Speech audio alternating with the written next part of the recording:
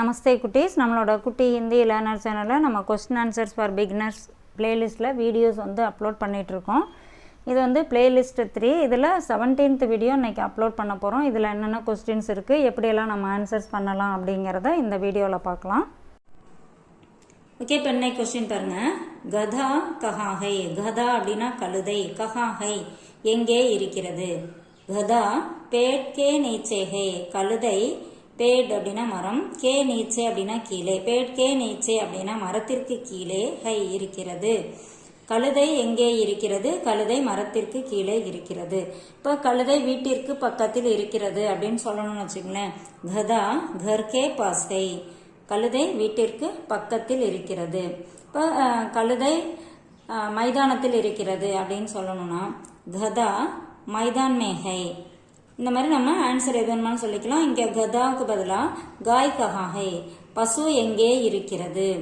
குத்தா கஹாஹை, நாய் எங்கே இருக்கிறது. இந்த மாதிரி என்ன வேணாலும் இந்த இடத்துல அந்த கதாவுக்கு பதிலாக எது எங்கே இருக்குது அப்படின்னு எதை சொல்லி கேட்கணுமோ அதை வந்து நம்ம இந்த இடத்துல ஆட் பண்ணிட்டு கொஸ்டினை மாற்றி கேட்கலாம். அதே மாதிரி ஆன்சரையும் எங்கே இருக்கோ அந்த இடத்த மென்ஷன் பண்ணி நம்ம இங்கே சொல்லிக்கலாம்.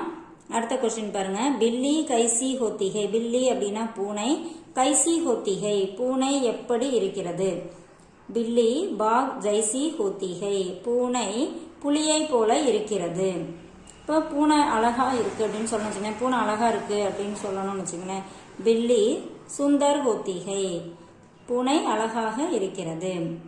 இல்லை சாஃப்டா இருக்கு. இப்போ மேலே தொட்டோன்னா அந்த முடியெல்லாம் இருக்குல்ல, அதெல்லாம் அப்படியே தொடும்போது ஒரே சாஃப்டா இருக்கும்ல. அப்போ அப்படியே சொல்லணும்னா பில்லி முலாயம் ஹோத்திகை.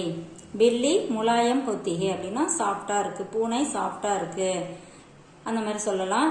இப்போ அடுத்த கொஸ்டின் பாருங்க. கோடா கைசா தௌட்தாகை. கோடா அப்படின்னா குதிரை. கைசா தௌட்தாகை. கைசானா எப்படி, தௌட்னா அப்படின்னா ஓடுதல். கோடா கைசா தௌட்தாகை குதிரை எப்படி ஓடுகிறது. கோடா தேஜ் தௌட்தாகை குதிரை வேகமாக ஓடுகிறது. இந்த இடத்துல குதிரை பாய்ந்து ஓடுகிறது அப்படின்னு சொல்லணும் வச்சுங்களேன். கோடா சர்பட் தௌட்தாகை.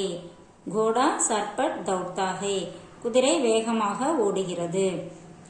இப்போ இந்த இடத்துல குத்தா கைசா தௌட்தாகை நாய் எப்படி ஓடுகிறது அப்படின்னு கேட்கலாம். இந்த மாதிரி கொஸ்டினை இந்த கோடாக்கு பதிலாக என்ன வேணாலும் போட்டு நம்ம கொஸ்டின் கிரியேட் பண்ணிக்கலாம். ஆன்சரும் நமக்கு என்ன ஆன்சர் வேணுமோ அதை இந்த இடத்துல ஆட் பண்ணிக்கலாம். அடுத்து பாருங்க. ஷேர் கஹா ரக்தாகை. சிங்கம் எங்கே வசிக்கிறது.